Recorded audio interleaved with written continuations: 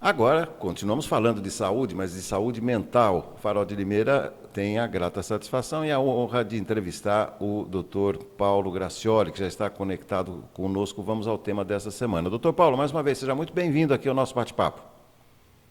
Obrigado, bom dia, Roberto. Bom dia a todos que estão nos acompanhando aí pelas redes sociais. É um prazer muito grande continuarmos aqui pensando um pouquinho nessa saúde mental. Hoje, Roberto, eu pensei bem e falei, eu vou falar sobre delírio, sabe? Delírio é uma coisa que escuta muito falar que a pessoa está delirando, ou às vezes nem percebe que está delirando, né? Então, o delírio é a pessoa tem uma crença naquilo que ele está falando, no que ele acredita, uma convicção. Por mais que você mostre a realidade para essa pessoa, ela não acredita. Não tem como você mostrar, a pessoa, você mostra todas as evidências e a pessoa não acredita, ela mantém aquela ideia, aquele conceito que seria errado, mas o mundo está errado, né? A família, todo mundo, menos a pessoa. Então é uma situação complicada porque é você no consultório, né? Por exemplo, uma senhora de 60 anos que vem a filha e diz que a mãe está trabalhando muito, que a mãe sai o dia todo de casa, que a mãe toma atitudes assim de se sentir perseguida, que diz que estão comentando a vida dela, e não é verdade, sabe? A família sabe que não é verdade. Aí traz do médico e a pessoa fala assim, não, vocês todos estão falando errado, eu não sou assim, eu penso diferente, e assim, uma tranquilidade que chega a convencer às vezes a gente a ficar na dúvida se realmente a família está querendo que aquela pessoa fique doente ou se ela está doente mesmo com essas ideias delirantes. Então é difícil às vezes, e muitas vezes quando a pessoa vem sozinha na consulta, eu preciso chamar familiares para fazer uma confrontação, né? Para ver se realmente eu estou achando que é delírio, se aquelas ideias são verdadeiras mesmo, ou se é eu poderia falar, uma fantasia que a pessoa acredita. Então, por exemplo, vou dar alguns exemplos para a gente pensar. No caso da pessoa alcoólatra, não aquele assim, o alcoolismo geralmente, né? E geralmente o alcoólatra, ele se sente que a mulher está traindo ele. Então ele põe na cabeça assim, estou sendo traído, isso geralmente o álcool provoca isso, né? E começa a vigiar a esposa, começa a acusar a esposa, e não tem ninguém na vida dela. Ele que começa a perceber, acreditar no pensamento que ele tem, e esse pensamento é muito perigoso, porque chega até a matar a pessoa, porque tanta convicção que a pessoa tem de que está sendo traída assim. E muitas vezes essa pessoa leva o companheiro ou a companheira a realmente trair de tanta pressão que exerce. Então a pessoa fala, poxa, você quer que eu arrume? Então eu vou arrumar. Acontece isso às vezes. Então é uma ideia delirante essa que dá no alcoolismo. Por exemplo, se sentir perseguido, mas o senhor aqui um tempo atrás dizia que a vizinha falava da vida dele, que sofria muito com essas ideias que só ele ouvia. Tudo que ele ouvia da vizinha, os filhos ouviam também. Só que ele ouvia o que ele queria ouvir. A interpretação dele era: tá falando mal dele, da família, que quer matar, que quer vigiar. Então, essa situação que só ele percebia, aí vem alguém da família e fala, ele só que escuta isso, né? Então, aí temos que entrar com medicamentos, seria tipo uma esquizofrenia. E aí só com medicamento. E muitas vezes, Roberto, é difícil a pessoa sair desse delírio que a gente chama de delírio persistente. Alguns são simples, a gente já medica e logo em seguida a pessoa já fala, nossa, eu estava pensando bobagem, e tem consciência, né? A pessoa se lembra do que estava pensando e fala, nossa, como que podia pensar essas coisas, né? E não importa quem a pessoa, pode ser de relação a um filho, a uma relação ao marido, a um professor. A pessoa coloca na cabeça, nos pensamentos que está sendo perseguida, que o professor persegue, e aí isso vai, até que às vezes convence outras pessoas. Por exemplo, esse delírio de ciúme, que já comentei um pouquinho, aparece, mesmo que não é alcoólatra, talvez a pessoa também começa a se sentir assim que vai ser traído e é muito perigoso isso, porque a família acha que não é doença, que não é um problema para ser tratado, que ele é ciumento. Quer dizer, não é bem assim. O ciúme tem um limite, tudo tem limite. Então, quando começa a agredir a esposa ou o marido, vice-versa, né? Começa a fazer essas exigências, essas cobranças de perseguir a pessoa, de vigiar celular, perseguir, chega até agressões. Aí isso não é mais um mero ciúme, né? Já é uma coisa mais violenta. Por exemplo, tem um ciúme, um delírio místico, por exemplo. Um delírio místico, a gente às vezes escuta falar, eu sou Deus, eu sou Jesus Cristo, eu vim para salvar o mundo, né? Isso acontece às vezes. Chega hora que eu fico pensando, sabe aquele Henry que vai na televisão lá que fala que ele é Jesus, né?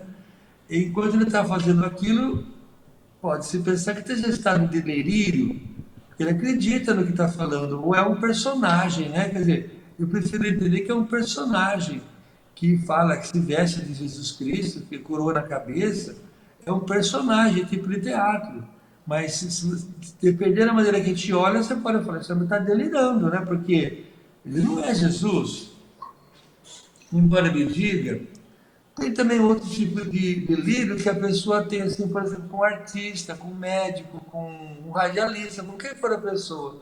A pessoa começa a imaginar que está ouvindo palavras dirigidas a ela. Por exemplo, você fala aí uma coisa, ei, Roberto, a pessoa fala, ô, Roberto está me dando um sinal aí nessa palavra. E vai, de modo que ela vai rolando na maionese, né, Roberto? O pensamento rola. Então vai formando uma ideia de que o artista fala para ela, que o Bonner está falando para ela. E a coisa chega a um ponto que chega até, tipo, acho que como o John Lennon foi morto, né? O fã acaba matando o ídolo, né? Porque ele toma posse, ele sente que ele é dono. E toda a comunicação que ele escuta é voltada para esse fã, para essa pessoa. Então, a gente não tem como controlar isso, né? Mas esse é outro tipo de delírio. Então, basicamente, uma pincelada sobre delírio, né, Roberto? E o tratamento é realmente medicamentoso, não é com terapia, porque a pessoa não se convence por mais evidências que a gente possa mostrar, falar, não acredita, até dá risada da gente, fala, vocês estão querendo me deixar doente, eu estou bom, vocês são doentes.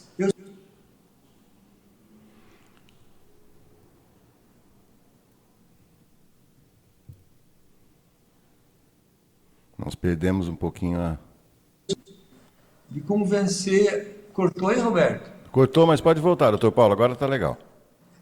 Então, a gente tem dificuldade, e os familiares também, de convencer a pessoa que, que não está contaminada a comida, que o vizinho não está atacando, que vai no shopping não tem ninguém falando mal da pessoa, né? Então, essas situações trazem constrangimento, dificuldade no relacionamento e sofrimento para a família.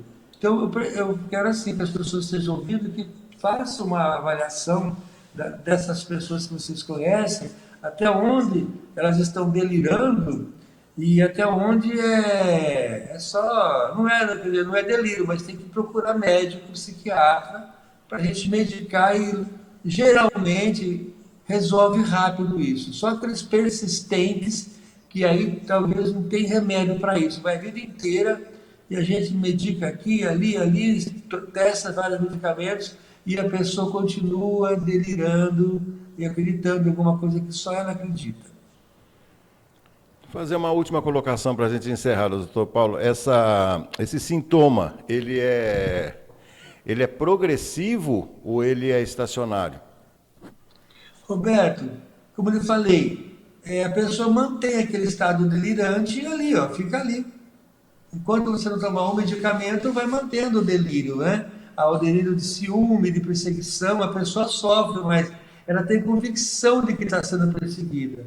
Ela tem, né? Por exemplo, Roberto, nos dias de hoje, Roberto, em termos de política, pressão social, se você entrar nessa de que está sendo vigiado, o celular está sendo vigiado, está tendo fotos de você, a gente tem a tendência se eu não tiver uma consciência, uma firme do que está acontecendo, eu posso entrar numa ideia delirante que estou sendo perseguido, como já acontece, aparece gente assim, não tanto, mas aparece pessoas, né? Que se sente que o celular está falando com ela, a televisão está falando, está dando notícia, isso. Agora, a pessoa procura, porque alguns percebem que não é bem assim a vida, é o familiar traz. Agora, essa parte de duração, tem uns que dura a vida toda, Roberto, justamente porque é persistente. A esquizofrenia não tem, às vezes, remédio que você dê para a pessoa que vai fazer ela parar de ter o delírio. Perfeito. Doutor Paulo, complicado, né? É uma síndrome difícil que só psiquiatras como o senhor conhecem Viu, e Roberto? podem ajudar. Pois não? Tem mais uma história assim, tem um delírio que a pessoa tem, por exemplo, que ela está doente, isso é uma coisa séria. Eu vi duas vezes só na minha vida de psiquiatra, que a pessoa tem doença e ela fala que tem doença e você não acha doença nenhuma, e chega ao ponto de ser uma síndrome chamada de Gotard. Síndrome de Gotard, eu vi duas vezes na minha vida, a pessoa, ela chega um momento que ela fala, eu estou morta, só pode enterrar. Pode abrir o meu abdômen, encher de serragem, do que se quiser capim, que eu já morri. E me enterra e a pessoa fica nessa. Você não tem, no caso de uma depressão muito, existe uma depressão psicótica, né? A pessoa está nesse tipo de delírio e a pessoa está morta, Roberto. Ela não tem vida, ela está ali, deita na cama e fica, estou morta, eu não tenho o que fazer, a não ser entrar com pesadas doses de medicamentos e chega, esse é um caso bem grave de delírio, delírio de doença, delírio de que a doença já chegou, já matou e ninguém curou. Então esse é um caso que me lembrei agora para falar para você aí que é bem extremo, né? Eu vi isso duas vezes em 40 anos de psiquiatra. Valeu, Mas tá é certo. terrível, Roberto, é muito sofrimento, viu, Roberto? Não, uma coisa muito, é algo muito sério, uma patologia muito grave. Doutor Paulo, muito obrigado aí pelas considerações. Lembrando que o doutor Paulo falou aqui no nosso programa em breve se transformará em podcast. Ótimo dia, doutor Paulo, bom final de semana, mais uma vez, muito obrigado. Obrigado, Roberto. Um abraço para todos nós aí, vocês, e até semana que vem com outras abordagens aí, tá? Um Valeu. abraço. Um abraço, doutor Paulo, muito obrigado.